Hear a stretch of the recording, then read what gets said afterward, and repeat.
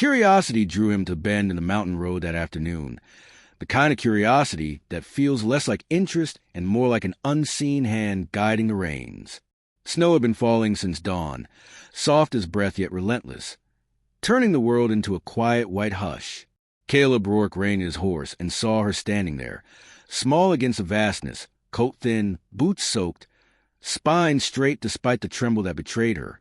She looked like someone carved from endurance rather than comfort, and the sight unsettled him in a way no storm ever had. She noticed him only when his horse snorted, lifting her eyes with a calm that felt practiced. Eliza May Holloway did not ask for help. She simply stood, gloved hands folded, lashes heavy with snow, as though waiting for the weather itself to decide her fate.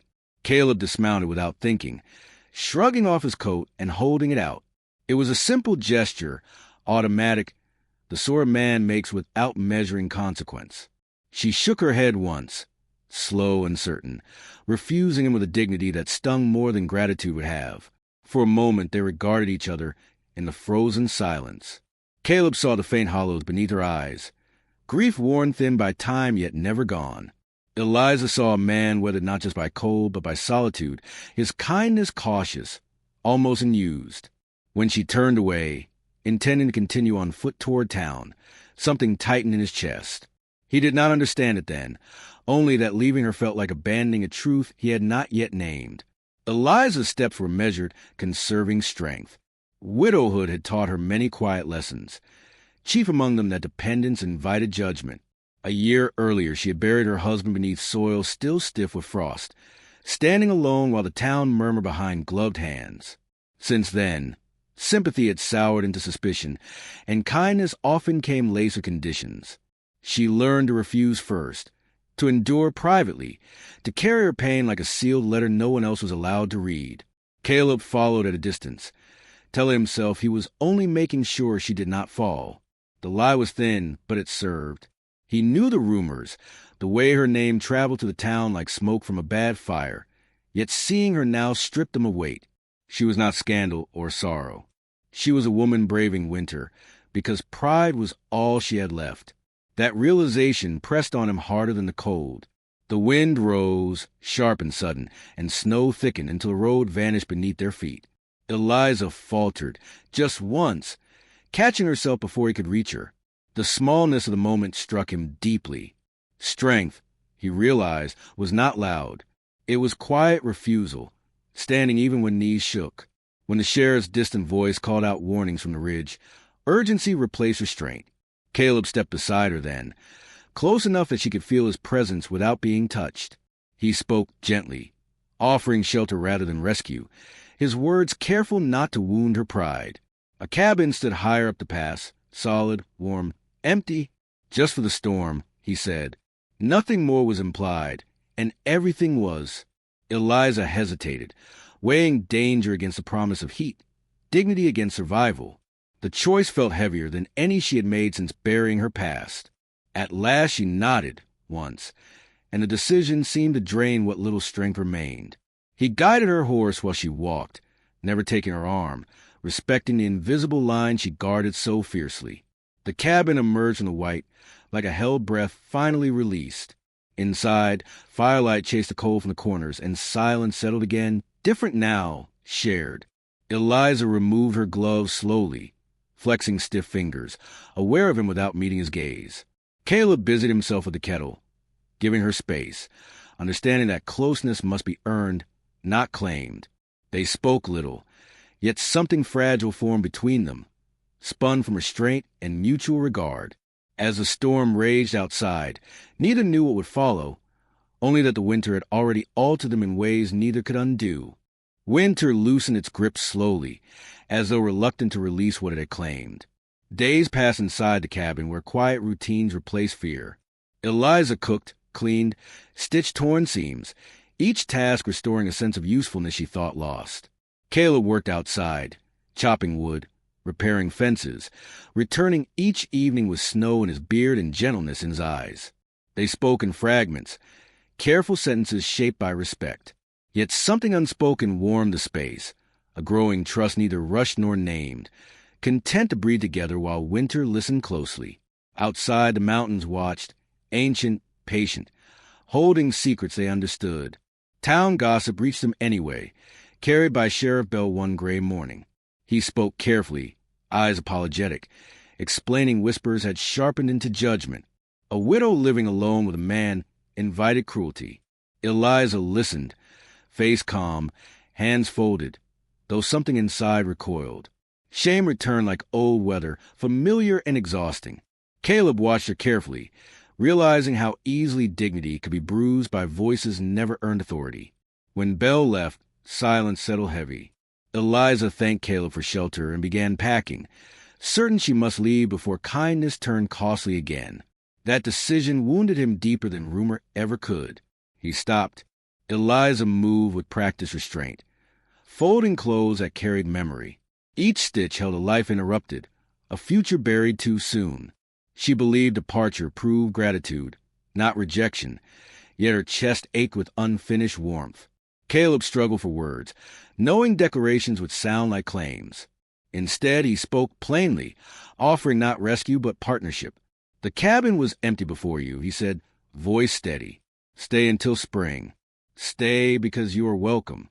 She met his gaze, startled by the absence of demand. Snow fell softly outside, listening again. Something loosened within her, fragile hope stretching cautiously. She nodded, breath shaking. Days lengthened, light lingering later on the ridges. Eliza laughed one morning, surprised by the sound. It rose easily, unguarded, startling them both. Caleb smiled, not teasing, simply receiving the gift. They learned each other's rhythms, how silence could speak, how presence could heal without promises. He showed her the land, wide valleys and frozen streams. She brought life into the cabin, flowers pressed between pages, bread warming the air. Town voices faded, powerless against truth built daily. Together they faced the world not defiantly, but side by side. Winter weakened, retreating quietly. Love arrived the same, patient, undeniable, certain. Spring came softly, green pushing through white. Eliza returned to town with Caleb, hand in his, back straight. Whispers faltered when met her eyes. She was no shadow, no burden. She was chosen. Sheriff Bell tipped his hat, understanding written plainly. Caleb felt the mountain loosen its hold on him, solitude replaced by shared purpose. He built rooms meant for laughter. Eliza planted roots with care, trusting the ground. At dusk, they sat together, watching light fade. The future remained unwritten, but it felt kind. She rested against him, unafraid. Snow survived only in memory, no longer ruling their lives. Years later, when stories traveled back through the valley, they spoke of endurance rather than romance. How a woman kept her dignity and found refuge. How a man learned his heart was not made of stone. Caleb and Eliza never corrected them. They lived the truth quietly, sharing work, warmth, and wonder. Hard seasons came, yet they met them together, steady. Love was not loud. It was chosen daily, renewed in small acts. The mountain remained vast and watching, but it no longer held them apart. Home had been found, not claimed. Their stories stayed gentle, enduring, still becoming. Always, if you listen closely, even now you can hear it. The hush of snow, the courage of refusal, the mercy of patience. This is how healing moves, not in grand moments, but in staying. Eliza stayed. Caleb stayed. They allowed time to soften fear. In doing so, they found more than safety. They found belonging. When winter comes again, as it always does, remember this. Warmth begins with seeing. Love begins with respect. And sometimes, the bravest thing a heart can do is accept the home it never expected. Gently, fully, forever, together, at last. Peace, hope, enduring, true, alive. Their days continued, shaped by ordinary miracles. Morning coffee, shared glances, hands brushing without urgency. Eliza taught herself to trust joy, letting it linger instead of bracing for loss. Caleb learned that strength could be gentle, that providing meant listening. They argued rarely, resolved quietly, valuing peace earned. When storms gathered, they prepared together, certain they would endure. The cabin expanded, walls echoing with future plans. Nothing dramatic, nothing rushed.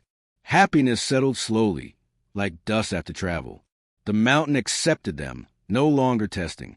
What lay ahead remained open, inviting. They walked forward, unafraid, grounded, certain, united, ready, always, together. And so the tale does not close, only pauses. Somewhere, snow begins again and someone stands alone. Perhaps they will remember this quiet ending, that survival need not be solitary. That dignity can coexist with love. Eliza and Caleb would say nothing, offering instead of fire kept ready. If you find yourself cold, uncertain, let curiosity guide you onward. Let pride soften into courage. The path bends, but shelter waits. Not perfect, not promised, only sincere. In choosing it, lives change. Hearts mend. Winters end. The future opens. Step forward. Stay. Believe. Live. Love. Begin. Again. Here. Now. Always. Onward.